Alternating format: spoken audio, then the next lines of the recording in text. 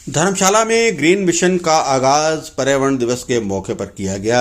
शहर में हरित आवरण बढ़ेगा। मिशन के तहत शहर के स्मार्ट रोड सहित सड़कों के किनारे बेहतर किस्म के पौधे रोपित किए जाएंगे, जिससे छाया के साथ शहर का सौंदर्यीकरण भी होगा।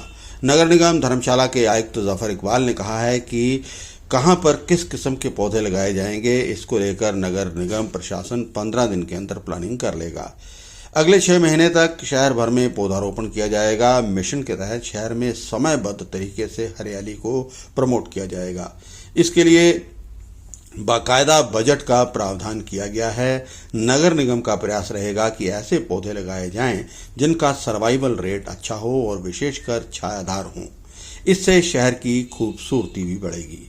निगम आयुक्त ने कहा कि शहर में 3R सेंटर यानी रिड्यूस, रीयूज और रिसाइकल भी स्थापित किया जाएगा। धर्मशाला 3RC के रूप में जाना जाएगा। पर्यावरण दिवस का थीम है कि प्लास्टिक आउट, फैब्रिक इन। इसके तहत लोग जिन कपड़ों को कंडम कर चुके हैं, उन कपड़ों को कलेक्ट करके सेंटर में लाया जाएगा। उससे बैग और अन्य सामान बनाए जाएंगे। विश्व पर्यावरण दिवस के मौके पे मैं धर्मशाला म्यूनिसिपल कॉरपोरेशन की ओर से धर्मशाला वासियों को मुबारक देना चाहूँगा, उनको ग्रीटिंग्स देना चाहूँगा। धर्मशाला म्यूनिसिपल कॉरपोरेशन ने आज धर्मशाला ग्रीन मिशन का लॉन्च किया है। मिशन वर्ड से ये क्लैरिटी है कि हम समयबद्ध तरीके से इस शहर के अंदर ग्रीनरी को कैसे प्रमोट करें, उसके बारे में सोच है। तो हमारी सोच रिस्पेक्टेड मेयर मैम की अध्यक्षता में, हमारे हाउस की अध्यक्षता में हमारी ये सोच है। हमने आज के मौके पे हमने प्लानिंग करके रखी थी, आज के मौके पे हम ये लॉन्च कर रहे हैं। इसमें सोच ये कि अगले 1 साल के अंदर 1 साल का टारगेट है। उसके अंदर हमारे शहर के जो मेन हमारा स्मार्ट रोड है या उसके अलावा जो रोड्स हैं, उनके साइड पे जो जगहें हैं वहाँ पे हम अच्छी कैनपी वाले पौधे लगाएंगे और उनसे जो है हमारी ग्रीनरी शहर की जो बढ़ेगी।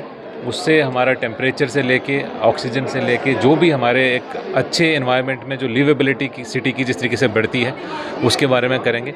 इसके लिए हमने बजट का प्रोविज़न किया है हाउस में भी, और ये हमारी सोच है कि हमारा 15 दिन के अंदर एक्शन प्लान हमारा ऑलरेडी वर्किंग चल रही थी। 15 दिन के अंदर ये फाइनलाइज हो जाएगा कि हमने किस टाइप के पौधे कहाँ लगाने हैं। कोशिश की जाएगी कि ऐसे पौधे जो बड़े पौधे हों, जिनका सर्वाइवल रेट अच्छा हो, जिनकी कैनपी अच्छी हो, उनको लाइन में सिमेट्री में लगाया जाए, ताकि शहर की फिर सुंदरता भी, एस्थेटिक्स भी बढ़ती है और एनवायरनमेंट का भी होता है।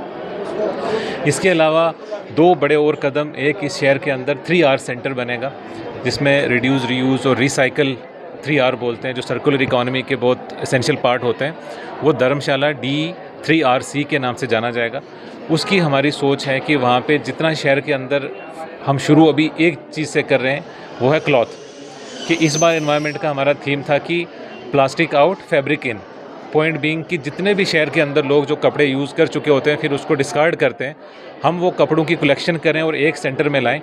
उसी कपड़े का फैब्रिक हम बाद में यूज़ करें और उसके थैले बनाएं या ऐसे प्रोडक्ट बनाएं जहाँ पे डेली यूज़ में हमारे जो प्लास्टिक है उसकी यूज़ कम हो और फैब्रिक जो है वो हमारी लाइफस्टाइल का पार्ट बने।